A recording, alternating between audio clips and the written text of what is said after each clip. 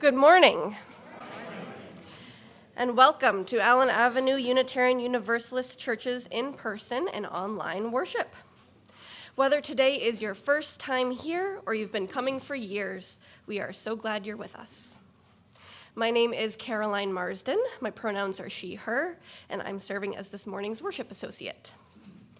We are a growing community that transforms lives through the power of love. Our mission calls us to celebrate diversity, encourage spiritual growth, and promote social responsibility while we travel on and care for the earth. A special welcome to those at home who are joining us on Zoom today. If you're attending for the first time, please go to our website and fill out the welcome card so we can know more about you. Now, buckle in because we've got some announcements this morning. First, Share the Plate nominations are needed. It is our tradition to share a third of each Sunday's offering to a nonprofit organization chosen by members of this congregation. Do you have a nonprofit organization that you would like to nominate for next church year? If so, there's a link to submit your nomination in the e-blast. Paper forms are also available on the Social Justice Bulletin Board in the foyer. Nominations will be collected through Sunday, March 30th, which is coming up faster than you think. The Social Justice Committee will evaluate the nominees and make recommendations to the board. For more information, see Jim Mason or Julie Harrison. We also have a project to create 3 stations of the earth on our A2U2 property for spiritual grounding, contemplation, and deepening our connection with the land. This has been slowly unfolding over the course of the year. We have 3 beautiful benches handmade by our own Mike Luce as the station's seating elements. Where will they go? What will we do there? How might we use these stations? The next step is to get a group of us together to plan Station 1, Creation. Please join us next Sunday, the 23rd, to learn more and get involved. For more information, contact Barb Murray, Patricia Ellen, or Angie Dirks. Our stewardship campaign, hopefully familiar to everyone by this point, has reached 60% of our goal. Yeah. Thank you to those who have already pledged, and a gentle reminder to those who have yet to pledge. This morning, we have 2 visitors from First Parish with us, Paul Smith and Peter Pateson, to share information about the State Street Winter Family Shelter, a seasonal overnight facility for unhoused families which operates out of the formerly unused and newly renovated basement of State Street UCC Church in Portland. They currently house 4 homeless families, a total of 23 people, referred to them by the City of Portland Shelter. They will be by the door during coffee hour to share information cards and answer any questions you might have about the shelter and how you might sign up to volunteer for the remainder of this season. After worship today, Margie Scholler will offer a talk on end-of-life conversations in room 7/9. There is a Zoom link in the e-news for folks to attend online, and that will begin around 11:15. Details in your order of service insert. And finally, also today, Queer Community Conversations is happening this afternoon at 4 p.m., also in room 7/9 and on Zoom. Link in the e-news and more information in your insert. Now, we invite you all to take this opportunity to silence your cell phones so we can be fully present with one another. After the service, please grab a cup of coffee or tea in the kitchen window and stay for conversation in the sanctuary. Or head down to the end of the long hallway to join a group for the brown bag lunch. Those on Zoom may stay on and connect with one another. And now let us center our hearts and minds with the sound of the singing bowl.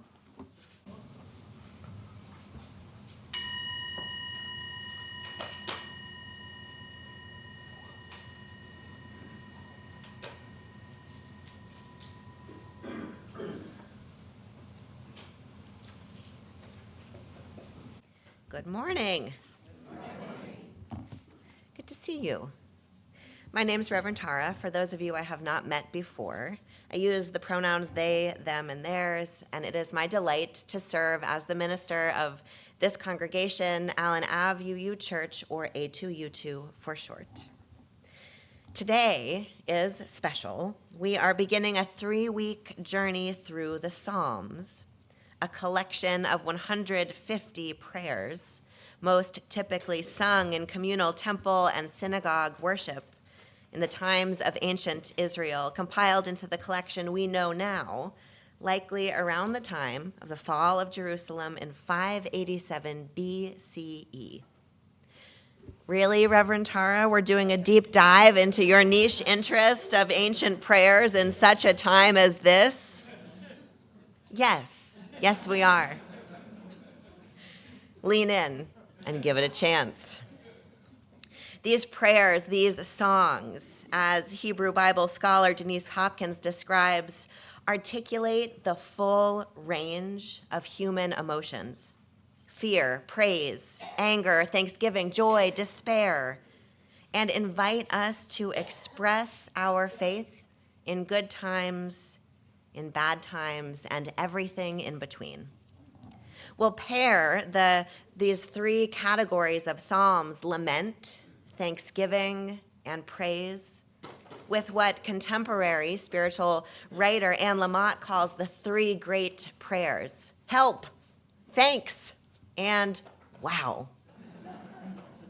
So we begin today with lament. Help, help. And we reflect on the importance of naming and expressing our pain, our doubt, our grief, and even our rage, because we all have it, all of us. And allowing ourselves to be with pain instead of ignore, repress, or hide it can not only help us survive these times, but can actually deepen our connections with ourselves, with our loved ones, and with the spirit of life itself.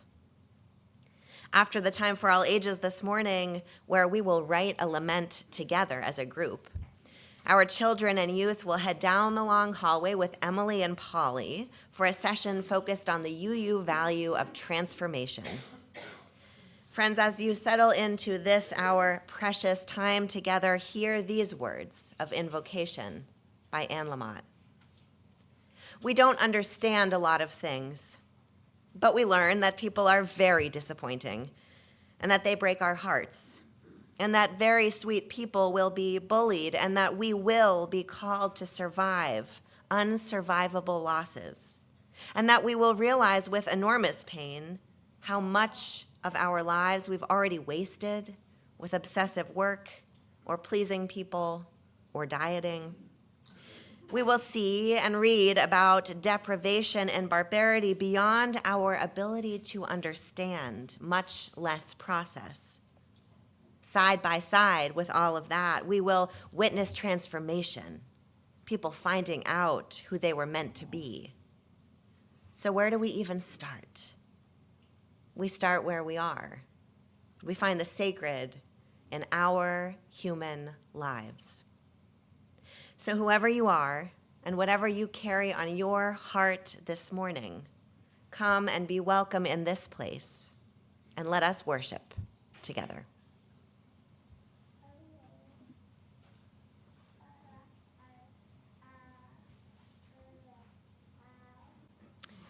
As we light our sanctuary chalice this morning, those joining on Zoom are invited to light a chalice or candle near you to connect us more deeply with one another. Words from the Reverend Egbert Ethelred Brown, an early Black Unitarian minister ordained in 1912. As we face a troubled and puzzled world, we too are troubled and puzzled. As our fond dreams remain unrealized and our bright hopes of yesterday wither in the bitter disappointments of today, our courage fails, our spirits droop, our faith trembles, and frustrated, we bow our heads in despair. Nevertheless, we come to this hour of worship in this sacred place. And as we seek to recommitment ourselves to peace in our time, may we first be at peace with ourselves and one another. May we know that without love, there will never be peace. Teach us, therefore, to love.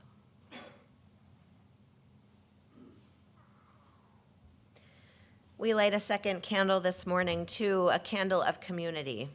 Today, recognizing the 5-year anniversary of the COVID-19 pandemic that took the lives of millions of people worldwide and that has changed our world forever. Will you take a breath with me?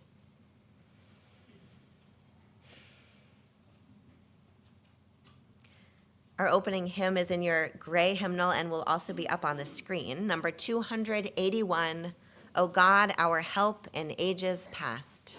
Text from a psalm.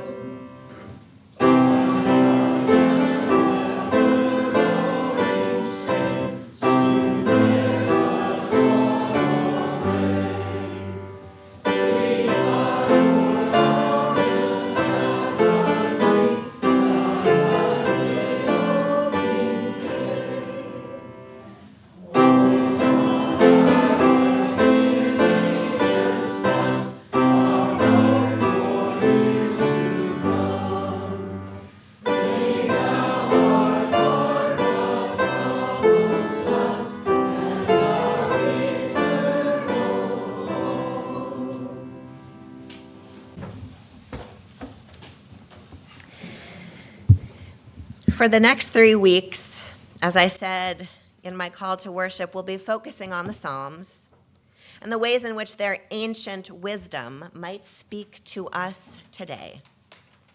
Today, we're reflecting on lament. Can anyone tell me what it means to lament?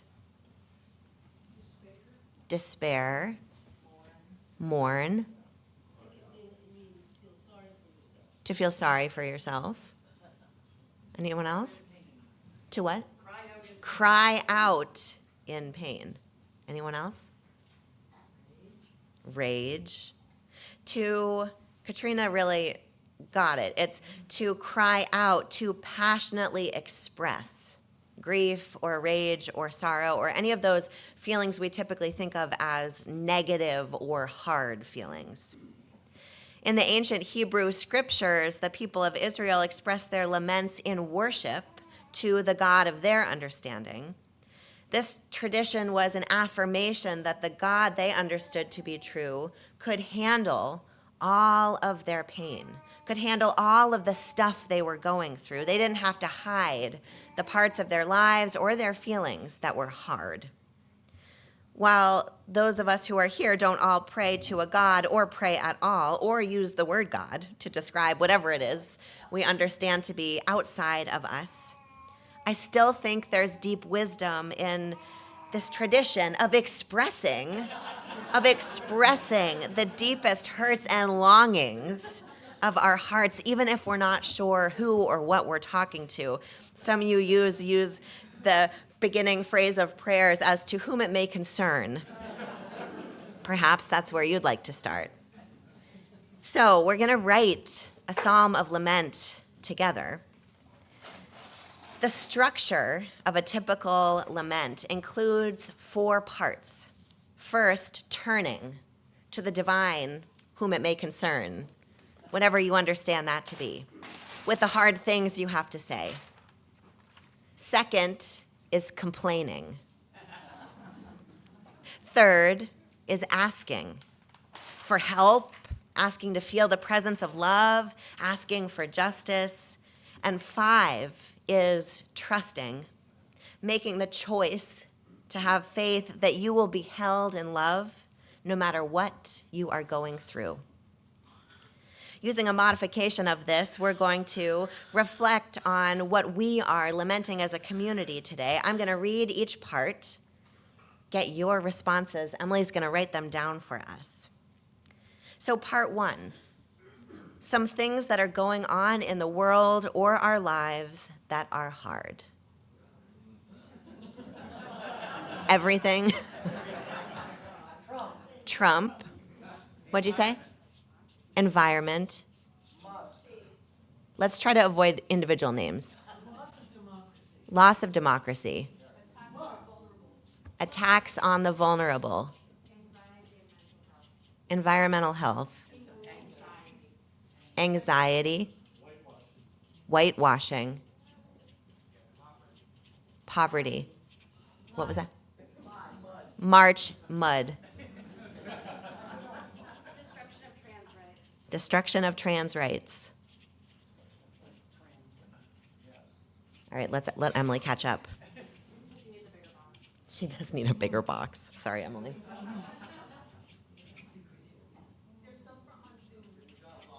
What do we got on Zoom?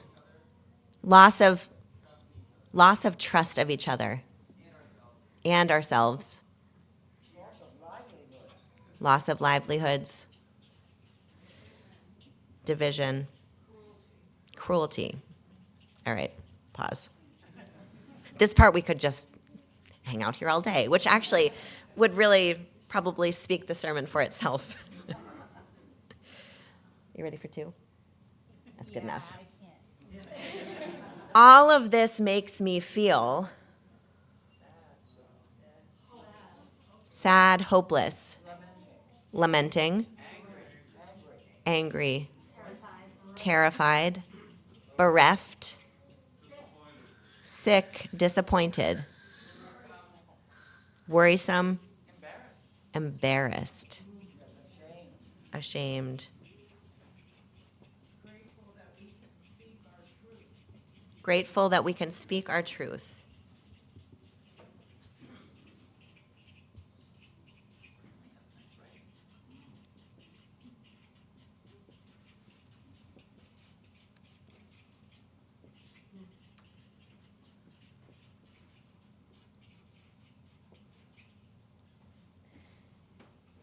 And yet, this I know to be true about love. It's always there. It's stronger. Persistent. It connects people. Supportive. It's worth it. It will win in the end.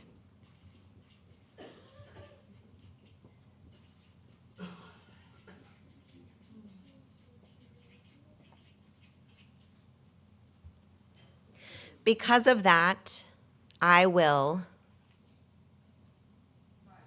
fight, carry on, have faith, witness. What was that? Pray.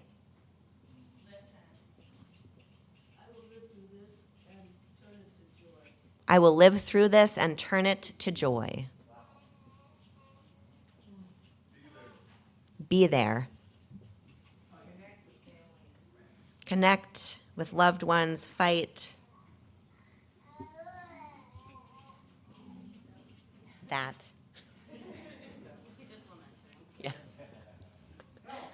Help. Comfort. Be heard.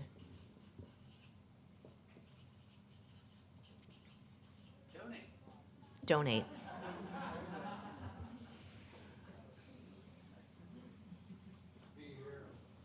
Be here. Perfect. Spirit of life, God, great mystery, love, whatever we call you, to whom it may concern, Please strengthen us, be with us, keep our hope alive,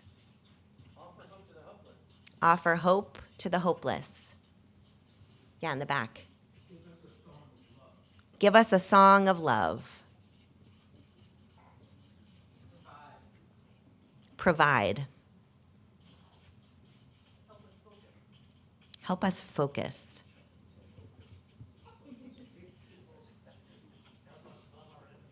Help us love our enemies.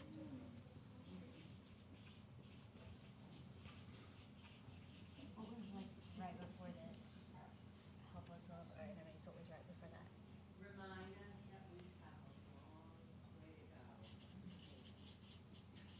go. That. This is our lament.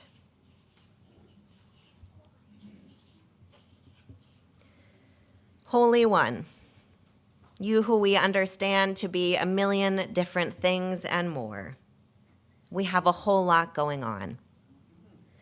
We have the destruction of our environment, poverty, destruction of trans rights, the loss of democracy and our environment, attacks on the vulnerable, cruelty, whitewashing, and a loss of trust in ourselves and in each other and in our institutions. We are sad and hopeless at times. We are lamenting and angry, terrified, bereft, ashamed, embarrassed, and grateful we can speak the truth. And yet, we know these things to be true, that love is always there, that love is stronger and persistent, that we are connected with each other, that we support each other, that love is worth it, and that we will win in the end. And so we will fight and carry on, have faith and witness and pray and listen. We will live through this to joy. We will be here.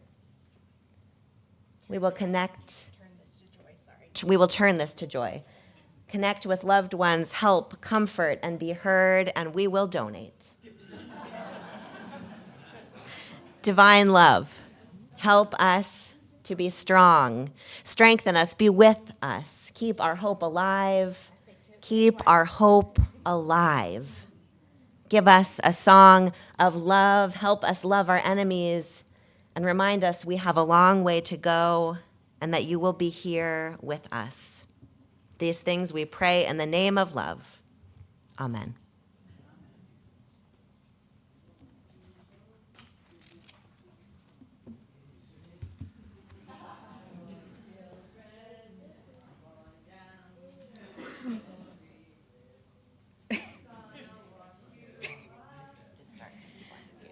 In a few moments,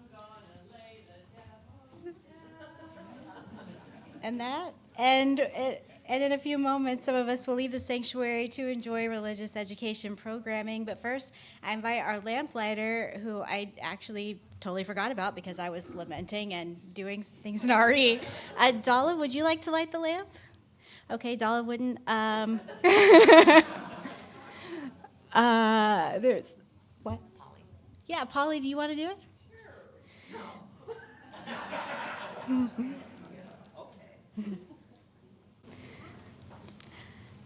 The lamplighter is entrusted to transfer the light of the sanctuary chalice to the lamp and then go forth to RE spaces where they will light the chalice there.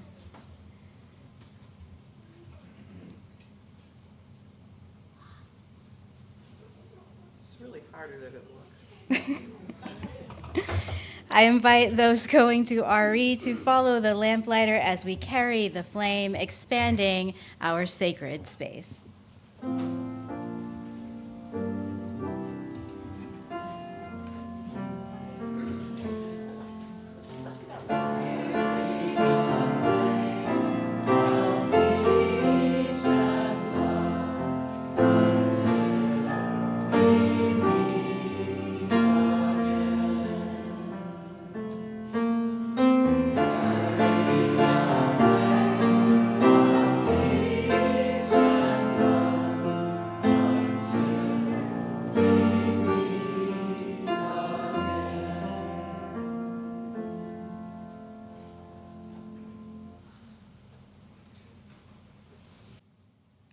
Spirit of life and love, our hearts are overflowing with lamentation and longing. Longing for a world with more hope and less despair. Longing for a more happy heart and fewer hungry mouths. Longing for a life of more connection and less isolation.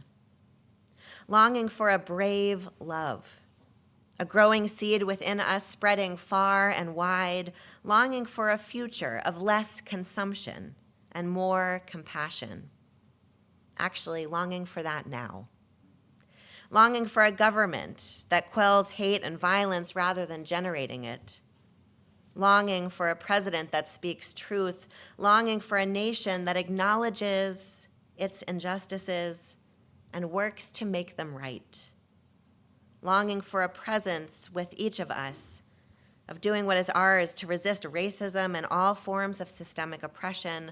Longing for companions to give us courage that we might be the people these times require to bring about beloved community.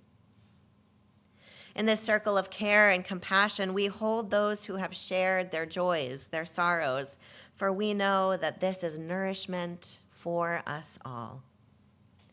We faithfully witness, and we say, Amen.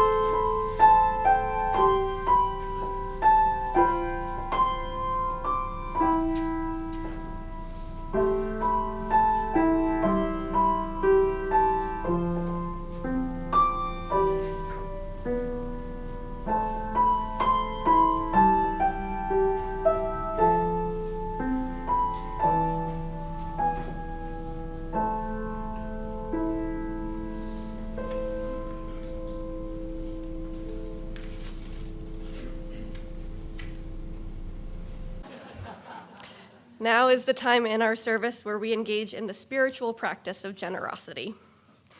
Our gifts support the ministries of this congregation and our work in the broader community. Each week, 1/3 of our offering is given away to a local nonprofit organization doing work to advance our shared values in the world. This month's Share the Plate recipient is Oasis Free Clinics, a nonprofit, no-cost primary care medical practice and dental clinic, providing the patient-centered care to uninsured adults in Mid-Coast Maine. Donations can be made now as the basket is passed, through the donate button on our website, or if you are a member on Breeze, remembering to make a note that your gift is for Share the Plate. If you are visiting us for the first time this morning, please know that your presence is your gift to us. At this time, our offering will be collected and gratefully received.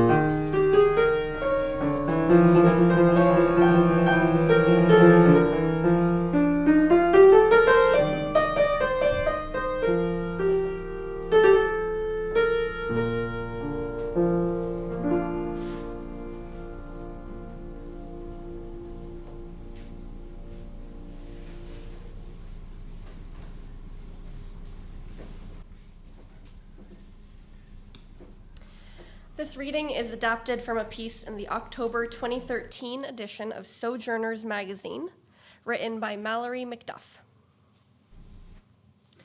During the service, I sobbed in the sanctuary. That Sunday morning, I almost stayed home, lingering at the French press, imagining a second cup of coffee, and thinking of my 2 children nestled on the sofa with the world on pause. But out of habit, we hustled to the car and drove to church. As I settled into the wooden pew, my body went into autopilot. Preparing for the liturgy that I knew as well as the lines on my face, I surveyed the friends and acquaintances in the pews. Those pews held couples whose relationships were coming together and others that were coming apart. Without considering my thoughts as a prayer, I sent love to these good people, cherished by the community, faced with the messy complexity of life. 2 pews behind me, a woman sat down with her children. As I glanced her way, I saw that she was completely bald. This was not a radical fashion statement. She had cancer. The gospel reading was difficult to interpret, as it seemed to reward deceit. The pastor began his sermon asking us to remember when we had experienced despair in our lives. What wisdom did you take from your time in the darkness? How did you keep alive? Do you, gentle listeners, understand these things? He asked. Like many people facing midlife, I've experienced a bit of despair, the loss of parents, of pregnancy, a marriage. And I still don't understand these things or the grave despair of the world around me, from cancer in one person to genocide in one country. As I used my sleeve to wipe the tears from my cheek, I saw friends raising their hands to the edges of their eyes as well. Then he made a confession that this parable had confounded him. After weeks of agonizing, he only had one cogent thought: all we can do is muddle through. At this point, I was still crying, as if given permission to be my vulnerable self, not the mother who makes breakfast at 6:30 a.m., runs 4 miles by 9, teaches college until 5, and becomes a mom all over again. All we are looking for is that one word, that one password, to allow us to inhabit that room for all eternity, he continued. I believe that word is love, a word that we can only define by living in the world with others. So I'm not going to explain this parable, he said. It's enough for us to just show up. Throughout the service, tears welled in my eyes as if I had been holding back grief for weeks, waiting for this opening, this invitation. I felt like the entire congregation was holding our collective vulnerabilities before something larger than ourselves. But what was I grieving? And why was church such a safe place for me to cry? Skeptics may say that as a perimenopausal woman with a teenage daughter, I'm apt to cry at the slightest provocation, which may be true. But I believe something different happens when we expose our vulnerabilities in a community of faith. A close friend told me her theory that we're being seasoned in church each week, preparing to be broken open in ways that we cannot anticipate. So we sing the hymns, go through the motions, yet the seasoning of our spirits prepares us to be tender-hearted, open to love working on us. This makes sense to me. There are so few places where we can bring our raw emotions without a self-conscious need to explain or escape to the nearest bathroom, which happens when we get teary-eyed at work or in line at Home Depot. Perhaps church is one of those last safe havens, where we can cry in public for no reason. My mother always told me that church was the best place to cry. I remember her eyes filling with tears at the beauty of a hymn or the sadness of a season. As a child, I didn't have to understand. I just had to sit by her side in the pew and watch her muddle through.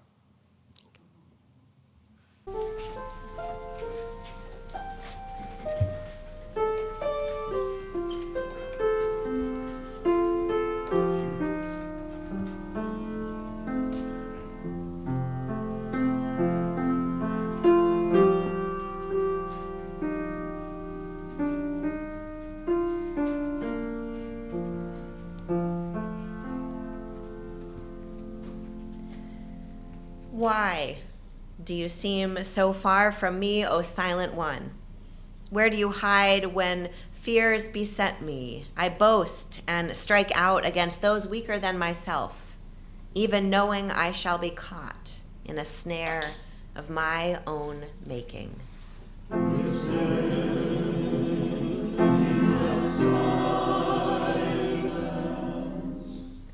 When I feel insecure, I look for pleasure. Greed grips my heart, and I banish you from my life. In my pride, I seek you not. I come to believe I am the creator of the world.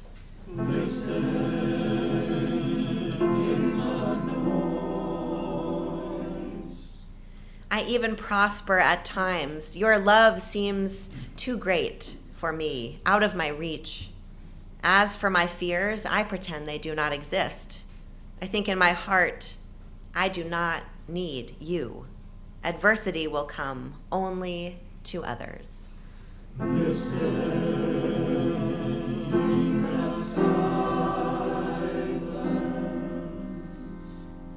My eyes watch carefully for another's weakness. I wait in secret like a spider in its web. I wait that I might seize those who are weaker than myself, draw others into my web, that I might use them to feel powerful.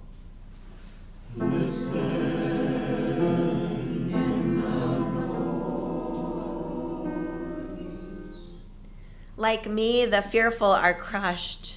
We fall by our own doubts. Then we think in our hearts, I do not deserve love.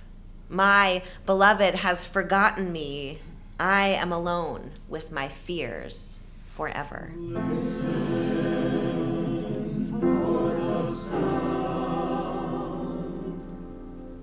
Awaken, O love, O you who created me, return to my side. Forget me not in my weakness. Why do I turn my back to you and say in my heart, you will not take notice of me?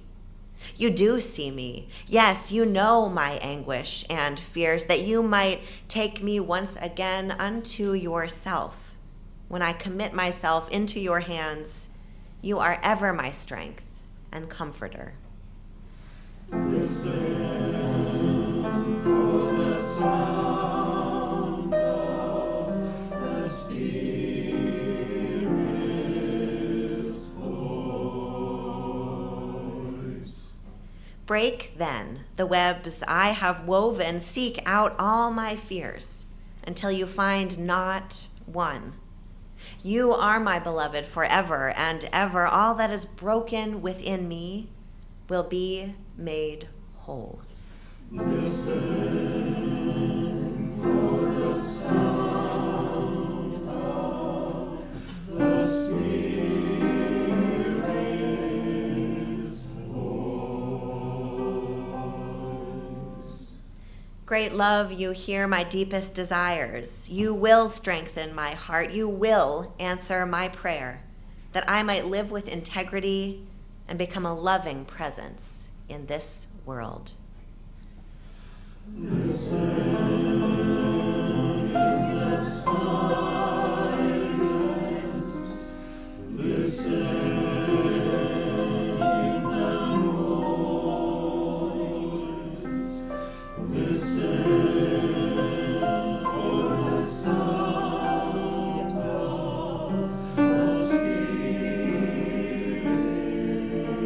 Spirit's voice.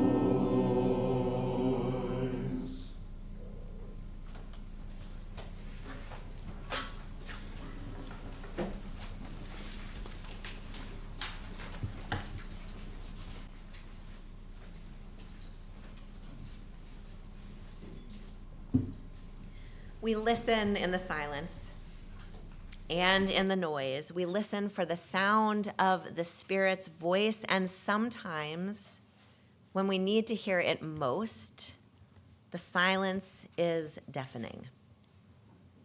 This is when author Anne Lamott says, "Help." When my friends and I have run out of good ideas to fix the unfixable, when we finally stop trying to heal our own sick, stressed minds with our sick, stressed minds. When we are truly at the end of our rope and just done, we say the same prayer, she writes. We say, help. We say, help. This is really all too much. Or I am going slowly crazy, or I can't do this, or I can't stop doing this, or I can't feel anything. Or help, he's going to leave me, or I have no life, or I hate the one I've created, or I forgot to have a life, or I forgot to pay attention as it scrolled by. Or even help, I hate her so much, and one of my parents is dying, or one of my parents won't die. In Anne's words, prayer is talking to something or anything with which we seek union, making contact with something unseen, way bigger than we could ever imagine in our wildest dreams. Something having to do with the eternal, even when we are at our most utterly doomed and skeptical. A good, honest prayer like help for Anne reminds her that she's not in charge and shifts her into a willingness to step into truth. Help, Thanks, Wow was published in 2012, but humans have been expressing these prayers across language, geography, and tradition for centuries. For about as long as humans have been around, I would bet. These three prayers map well onto the three categories of psalms: lament, thanksgiving, and praise, or ordered and named differently by some biblical scholars: psalms of orientation, disorientation, and reorientation. No matter what you call them or how you order them, the point is that people have been crying out for help, have been expressing their faith in love, spirit, God, the greater good, whatever, through holy complaining, weeping, and wailing for centuries. The deep wisdom in the tradition of lament is the affirmation that we are most honest and whole in our connections with life, with spirit, with this world, when we are honest about our anger and our grief, when we allow ourselves to feel what we feel and to express it. Anger and despair ran deep for the people of Israel as they journeyed in exile toward the promised land, trying to stay faithful to their God. They were angry, sad, disoriented because the God of Israel they knew to be true, who had chosen to love them, didn't seem to be showing up. Nearly 1/3 of the Psalms are cries of anger and anguish, are faithful complaints. And there they are, canonized as songs of prayer, because what is stronger than expressing all of one's experience while maintaining your connection to the spirit of life? Hopkins brings it back to the personal.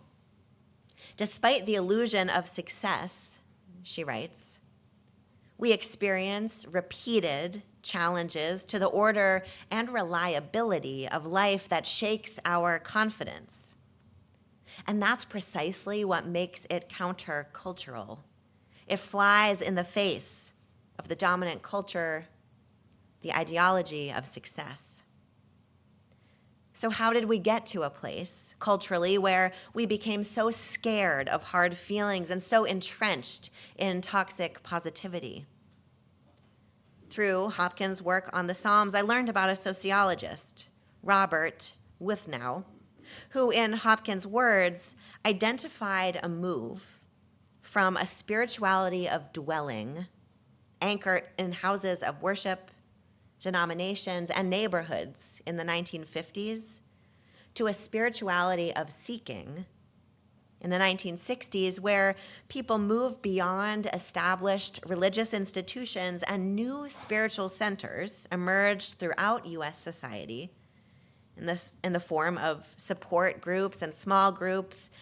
And the result, she writes, was a kind of spiritual consumerism.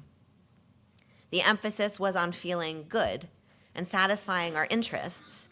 The problem with that emphasis, though, is when we do not or cannot feel good, what do we do? This is related, I think, to the phenomenon of spiritual bypassing, a term coined by the late Buddhist teacher and psychotherapist John Welwood in the mid-1980s.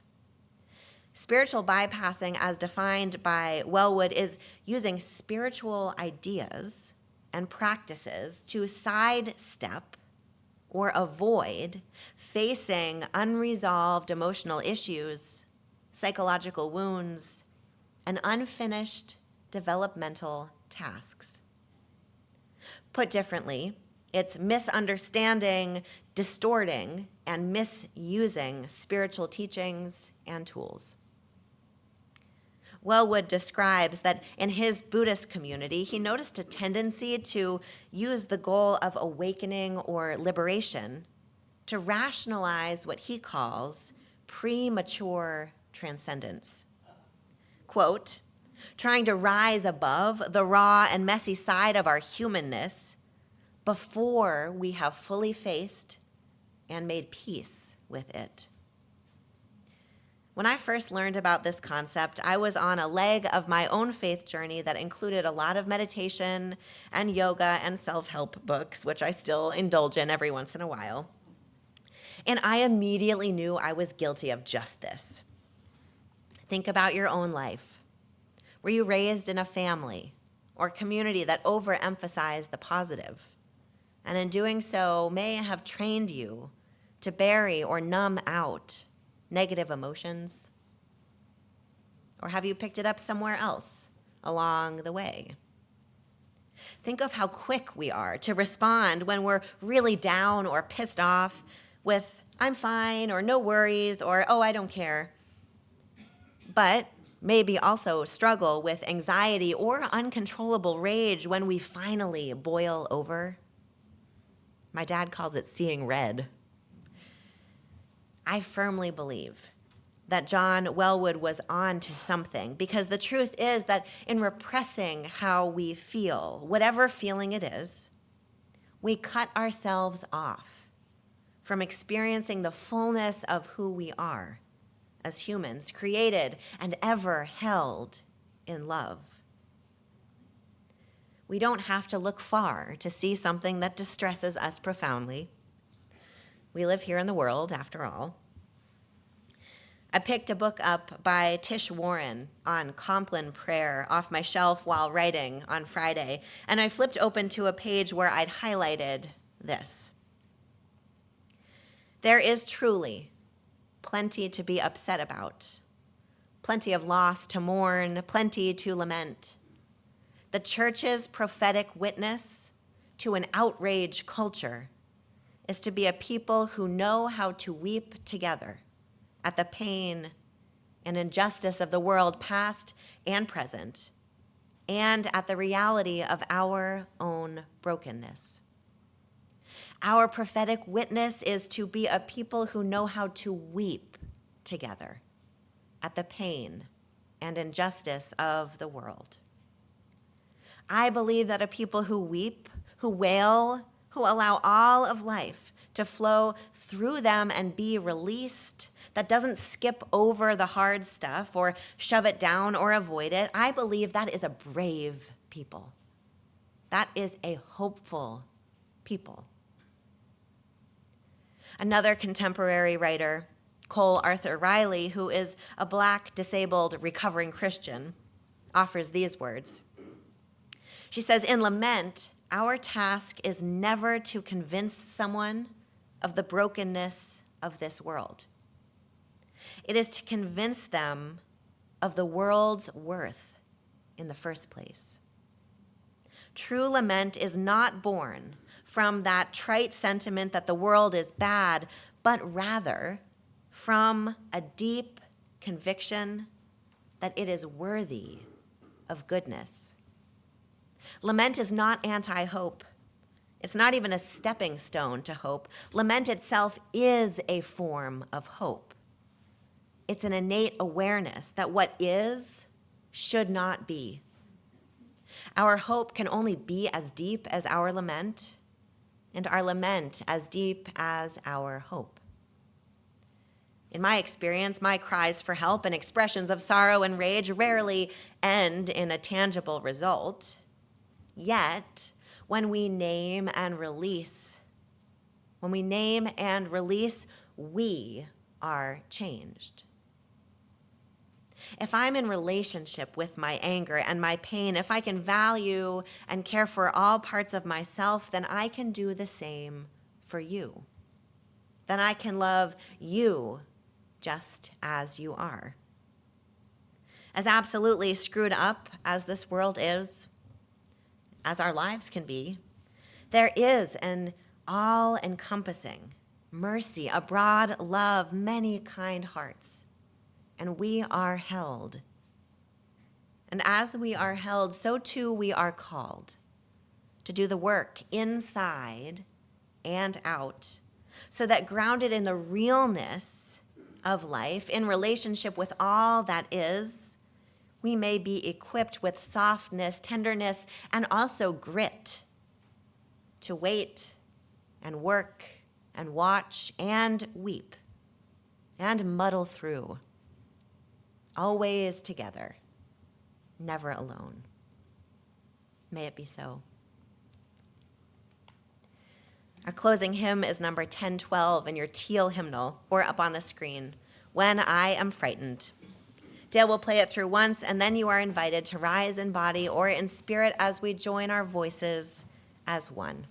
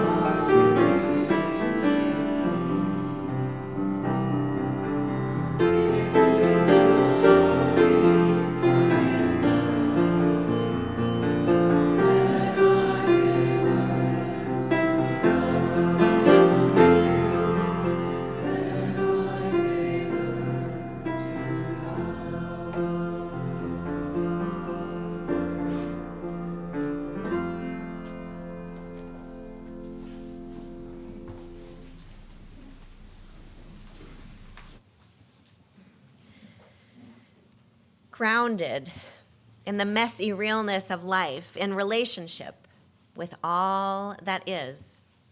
May we be equipped with softness, tenderness, and grit to wait and work and watch and weep and muddle through together. Our worship has ended, and our service begins. Go in peace.